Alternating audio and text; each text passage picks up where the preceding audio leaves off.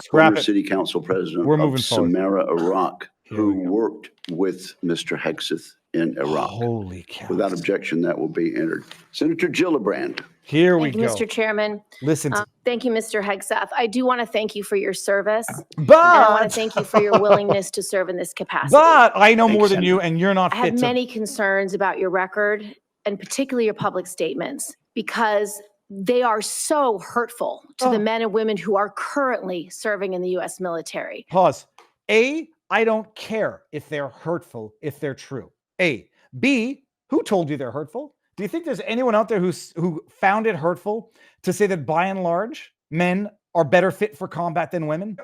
In a sense, there's a reason why wars have been waged by men throughout the history of humanity. There's a reason why men commit the vast majority of murders. There's a reason for it. Did anyone actually complain about being hurt, insulted? Was it the 5'2" lady who couldn't cut it? Was it the obese man who couldn't cut it? Oh, sorry, I'm going to shut my big mouth and let Gillibrand keep talking. Harmful to morale, harmful to good order and discipline. If you are saying that women shouldn't be serving in the military, and I'm going to read you your quotes. Combat. Because the quotes themselves are terrible. You will have to change how you see women to do this job well, and I don't know if you are capable of that. So I want to press on these issues that my colleague Jean Shaheen brought up because she said it so well. Oh, she said it terribly. So first of all, you answered your questionnaire. Do you believe that any American who wants to serve in their country in the military and can meet objective standards set by the military should be allowed to serve without limitation? You've said yes to that question. But then in all of these other circumstances, you've denigrated active duty service members. We have Let's hear the statements. hundreds of women who are currently in the infantry, lethal members. Why is she screaming?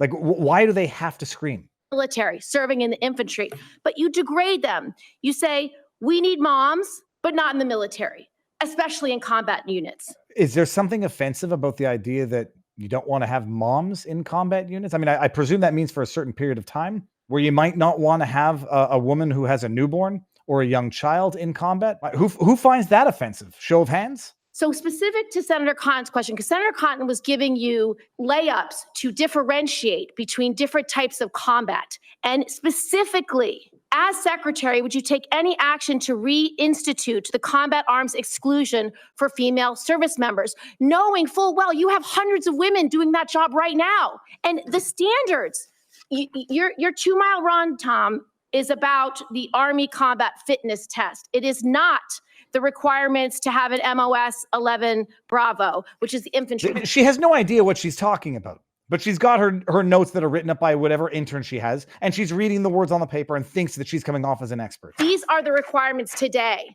for people serving in the industry, men and women. They are gender neutral, and they are very difficult to meet. They have not been reduced in any way, and our combat units, our infantry is lethal. So please explain specifically, because you will be in charge of 3 million personnel. It is a big job.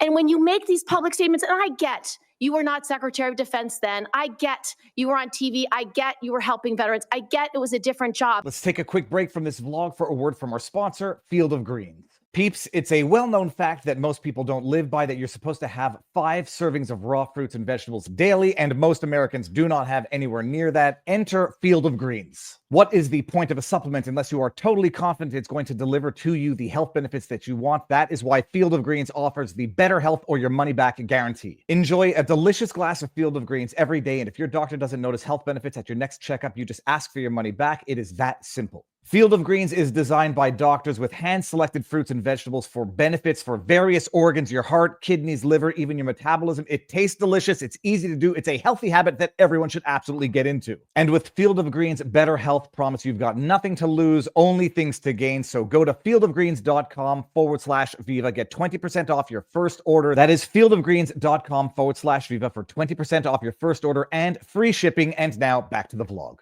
But most recently, you said this in November of 2024, knowing full well you might have been named as Secretary of Defense. By the way, when she made the assertion that they haven't reduced the qualifications, and I'm just going by a grok here, but We all know the answer. Physical fitness standards. There have been modifications to physical fitness standards. For example, in 2022, the Army revised its physical fitness test to allow women and older soldiers to pass with slightly reduced standards in some events. This change was made following a RAND study, which suggested that the test was better used to assess general fitness rather than job performance, and that tiered standards could reduce punitive outcomes for certain groups.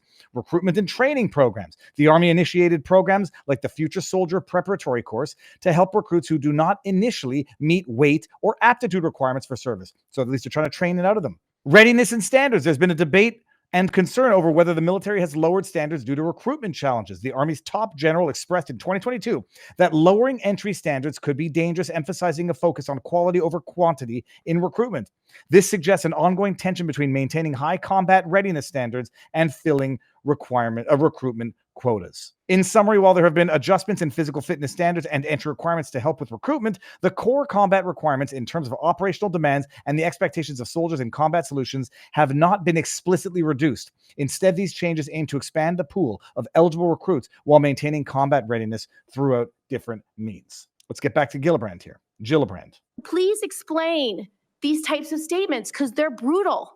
And they're mean. Oh, they're mean. And they and they hurt disrespect men and women who are willing to die for this country. How long has she been talking for without asking a question? Well, Senator, I appreciate your comments. And I would point out I've never disparaged women serving in the military. I respect every single female service member that has put on the uniform, past and present. My critiques, Senator, recently and in the past, and from personal experience, have been instances where I've seen standards lowered, and you mentioned 11 Alpha, 11 Bravo, MOS, places in units, and the book that has been referenced multiple times here, The War on Warriors. I spent months talking to active duty service members, men and women, low ranks, high ranks, combat arms and not combat arms, and what each and every one of them told me, and which personal instances have shown me, is that in ways direct, indirect, overt, and subtle, standards have been changed inside infantry training units, ranger school, infantry battalions,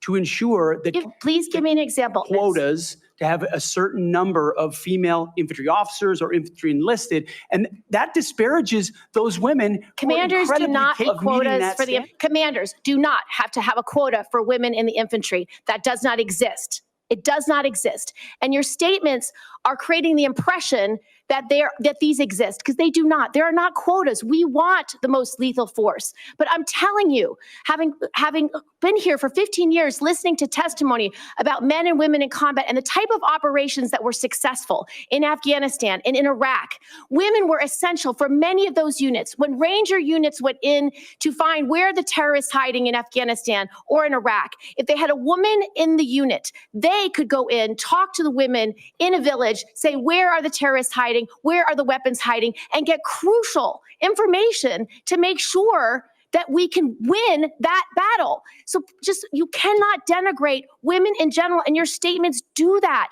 We don't want women in the military, especially in combat. What a terrible statement. So please, do not deny that you've made those statements. You have.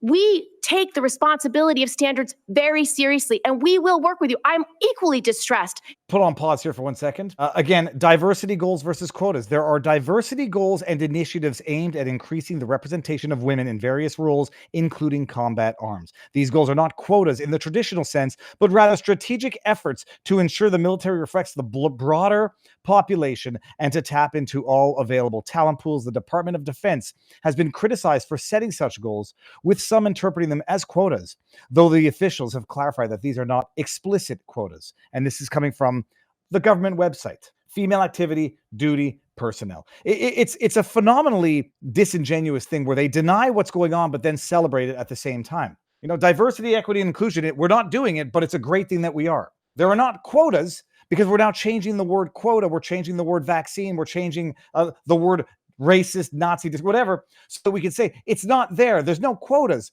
There's an initiative to ensure a broader representation so that your firefighter looks like you when they're saving you. Because everything that you want, what you obviously want is a 5'5.5" firefighter dragging you out of a burning building, or a 250-pound firefighter dragging you out of a building.